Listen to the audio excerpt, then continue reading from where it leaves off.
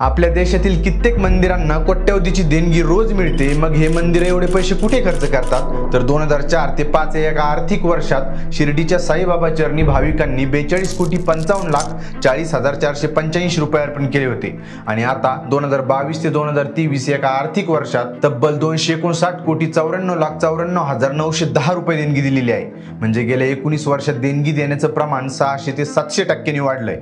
आणि हे फक्त शिर्डीच्या साईबाबा मंदिरापुरतेच नाहीये, तर तिरुपती, सिद्धिविनायक, वैष्णोदेवी अशा अनेक मंदिरांकडे 2 ते 3 लाख करोड रुपयापर्यंत निव्वळ संपत्ती आहे। तर एका सर्वेनुसार देशात रोज 1,316 करोड रुपये वेगवेगळ्या मंदिरात सोने, चांदी, कॅश, जाण्या येण्याच्या खर्चाच्या स्वरूपात दान केले जाते। बघा, म्हणजे देशात अशा कित्येक कंपन्या आहेत ज्या 1,500 कामगार ठेवून सुद्धा लॉसमध्ये असतात, आणि दुसरीकडे आपले मंदिरं काहीही न करता कोट्यवधी पैसे कमवून प्रॉफिटमध्ये असतात।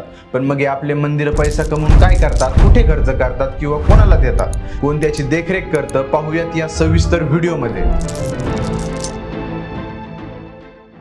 आपल्या संपूर्ण देशात जवळपास 6,49,000 छोटी मोठी मंदिरं आहेत। त्यातल्या त्यात महाराष्ट्रात 77,283 मंदिरं आहेत। आणि NSSO म्हणजे नॅशनल सॅम्पल सर्वे ऑफिस यांच्या माहितीनुसार प्रत्येक भारतीय शैक्षणिक कामासाठी प्रति दिवसाला 2286 रुपये खर्च करतो, तर दैनंदिन प्रवासासाठी 1068 रुपये, आणि सगळ्यात जास्त म्हणजे तब्बल 2717 रुपये धार्मिक स्थळावर जाण्या येण्यासाठी खर्च केला जातो। म्हणजे तुम्ही यावरून अंदाज लावू शकता की भारत देशाला मंदिरांचा देश का म्हटलं जातं। आणि या सगळ्यात मंदिरांच्या आर्थिक परिस्थितीला सोन्याचे दिवस कसे आले हे समजून घेण्यासाठी मंदिर कोणकोणत्या मार्गाने पैसे कमावतात हे पाहावं लागेल। आता हाच प्रश्न मी जर तुम्हाला विचारला तर तुम्ही सांगताल की देणगी, VIP तिकीट, स्पेशल पास यांच्यातून मंदिरं पैसा कमवत असतील। हो, हे एकदम बरोबरच आहे, पण वरून दिसतं तेवढ्याच मार्गाने मंदिर पैसे कमवत नाहीत।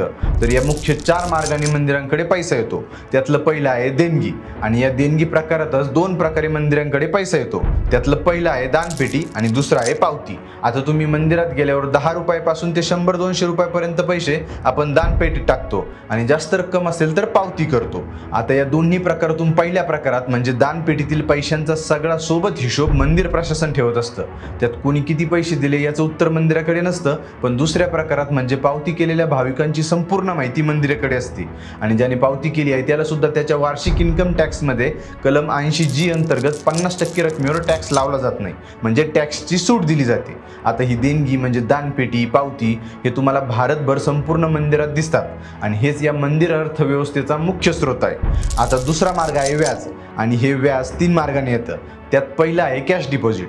यात मंदिराला देणगीच्या स्वरूपात आलेला पैसा एखाद्या बँकेत जमा केल्यावर काय येईल तेवढं व्याज मंदिराला एक्स्ट्राचं मिळतं। जसं की शिर्डीच्या साईबाबा मंदिराच्या सेव्हिंग खात्यात 31 मार्च 2023 पर्यंत 43,50,24,153 रुपये होते, आणि या रकमेवर मंदिराला एका वर्षात तब्बल 99,35,970 रुपये एवढं व्याज आलंय। म्हणजे बघा, जवळपास 1 करोड रुपये आहे त्या रकमेत काहीही न करता ऍड होत आहेत। आता कॅश डिपॉझिट सारखंच फिक्स डिपॉझिट आहे किंवा FD आहे, या दोन्हीत काय फरक आहे हे जवळपास सगळ्यांनाच माहिती असेल, पण तरी ज्यांना माहीत नाहीये त्यांच्यासाठी एक उदाहरण देऊन सांगतो। समजा तुम्ही 1 लाख रुपयांची FD 5 वर्षांसाठी बँकेत केली, तर दाम दुप्पट, जास्तीचे व्याज अशा सुविधा असतात, ज्याने तुमच्या 1 लाख रुपयांचे पुढील 5 वर्षात 2 लाख रुपये तुम्हाला मिळून जातात।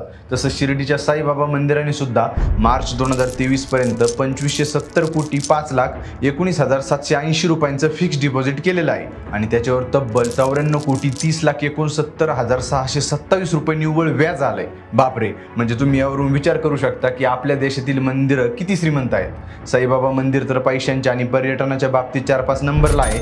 जे टॉपचे मंदिर आहेत त्यांच्याकडे किती पैसा असेल याचा विचारच करायला नको। फक्त पैसेच नाही, तर सोन्याच्या बाबतीत सुद्धा आपले मंदिरं रिझर्व्ह बँकेच्या पुढे आहेत।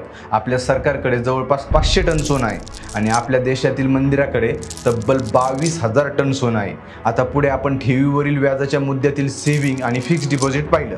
आता तिसरं या दोन्ही सारखंच आहे, पण यात पैसे बँकेकडे न देता ज्यांना पैशाची गरज आहे त्यांना दिले जातात। थोडक्यात मंदिराकडून सावकारकी केली जाते। आता सगळेच मंदिराचे ट्रस्ट असं करत नाहीत, थोडे आहेत पण ते सुद्धा चालतं, आणि यावर ज्याला पैसे दिले त्याच्याकडून देणगी तर घेतातच, आणि दिलेल्या पैशावर काय ठरले असेल तेवढे व्याज सुद्धा घेतले जाते। आता देणगी, व्याज हे फक्त 2 महत्त्वाचे मार्ग झाले।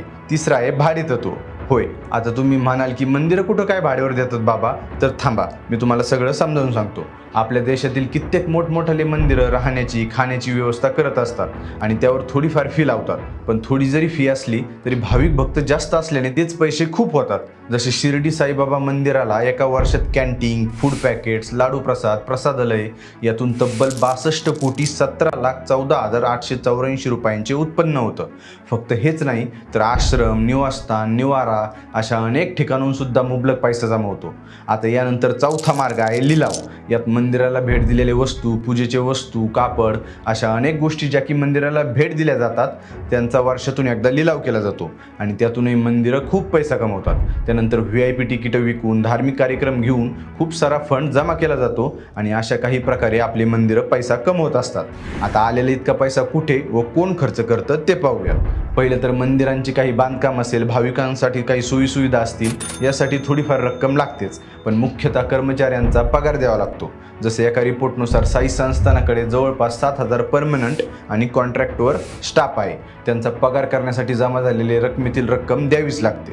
त्यानंतर अनेक देवस्थाने त्यांचे हॉस्पिटल, शाळा काढतात जेणेकरून गरजूंना मदत मिळू शकेल. जसं की आपल्या साई संस्थानाचे हॉस्पिटलसुद्धा आहेत आणि शाळा कॉलेज पण आहेत आणि हे चालवण्यासाठी देणगीतून आलेला पैसा वापरला जातो. अजून मंदिरं वेगवेगळ्या सामाजिक संस्थांना, सरकारांना पैसे डोनेट करत असतात किंवा कर्ज देत असतात. जसे की 2018 शिर्डी संस्थानाने महाराष्ट्र सरकारला 500 करोड रुपये विनाव्याजी कर्ज दिलं होतं आणि अशा प्रकारे मंदिरं खर्च करतात. पण आता हा प्रश्न आहे की कुठे खर्च करायचा हे कोण ठरवतं? तर आपल्या देशात धार्मिक आणि सामाजिक संस्था आपण स्वतंत्रपणे कोणत्याही सरकारच्या मदतीशिवाय चालू शकतो आणि तसे अधिकारच आपल्या संविधानातील कलम 26ने आपल्याला दिलेले आहेत. म्हणजे समजा तुम्ही एखादे मंदिर स्थापन केले तर कोणीही किंवा कोणतेही सरकार तुमच्या त्या मंदिराच्या कामकाजात ढवळाढवळ करू शकत नाही. आणि असंच 2004 पर्यंत शिर्डीच्या साईबाबा मंदिरात होत होतं. पण 2004 महाराष्ट्र सरकारने द श्री साईबाबा संस्थान ट्रस्ट शिर्डी ॲक्ट 2004 बनवला. कशासाठी? तर मॅनेजमेंट, ॲडमिनिस्ट्रेशन, गव्हर्नन्स आणि ट्रस्टवरील कंट्रोल वाढवण्यासाठी. आणि असंच आपल्या देशातील वेगवेगळ्या राज्यांनी ज्याचे त्याचे कायदे आहेत जे या मंदिरांवर सरकारी बॉडी बसवतात आणि संपूर्ण मंदिराचा कंट्रोल घेतात. जसं सध्या शिर्डीच्या मंदिरात काही रिटायर्ड IAS अधिकारी सगळं कामकाज पाहतात. आता सगळीकडेच असे सरकारी माणसं नसतात. जे छोटे मंदिर आहेत पण त्यांनी ट्रस्ट स्थापन केलेलं आहे अशा मंदिरात त्याच ठिकाणची माणसं ट्रस्टी असतात. आता या कायद्यामुळे थोडक्यात सरकारच मंदिरांवर पूर्ण कंट्रोल करून बसलेला आहे आणि मंदिरात जेवढा पैसा गोळा होईल तेवढा सरकारकडे जातो आणि मग सरकार ठरवतं की देणगीतला किती पैसा मंदिराला माघारी द्यायचा. आता इथे परत एक प्रश्न तयार होतो की गोळा झालेल्या पैशाचं सरकार काय करतं? तर याच प्रश्नाचं उत्तर मिळवण्यासाठी 2022 लॉ स्ट्रीट जर्नल या मीडिया कंपनीने माहितीच्या अधिकारात केंद्र सरकारला हा प्रश्न विचारला होता आणि तुम्हाला विश्वास बसणार नाही, केंद्र सरकारच्या कोणत्याही मंत्रालयाकडे या प्रश्नाचं उत्तर नव्हतं. त्यांनी उलट हे अधिकार ज्या त्या राज्याकडे आहेत त्यामुळे त्यांना विचारा असे सांगितलं होतं आणि राज्याकडे विचारपूस केल्यानंतर अर्धी अधुरी माहिती त्या मीडिया कंपनीला मिळाली होती. म्हणजे या सगळ्या प्रकरणात खूप मोठा सावळा गोंधळ सुरू आहे. पण देशात असे पण काही मंदिर आहेत जे सर्वच्या सर्व माहिती दरवर्षी वेळच्या वेळी प्रसिद्ध करत असतात आणि आज मी या व्हिडिओमध्ये शिर्डी साईबाबा मंदिराचे अनेक उदाहरणं दिली आहेत. मला ते शक्य झालं कारण या मंदिराने त्यांच्या वेबसाईटवर 2005 पासूनचा सर्वच्या सर्व हिशोब अपलोड केलेला आहे. आता आशा आहे की भाविकांच्या पैशांचं सरकार काहीतरी चांगलंच करत असावं. तुम्हाला काय वाटतं, करत असेल की नाही हे मला कॉमेंटमध्ये सांगा. आणि आज आपण या व्हिडिओमध्ये जी काही मंदिरांच्या अर्थव्यवस्थेची माहिती पाहिली ती कशी वाटली हे सुद्धा मला कॉमेंटमध्ये सांगा. आणि आवडली असेल तर व्हिडिओला लाईक करा, तुमच्या मित्रपरिवारासोबत शेअर करा आणि चॅनलला सबस्क्राईब सुद्धा नक्की करा. चला भेटूयात पुढील व्हिडिओमध्ये. धन्यवाद.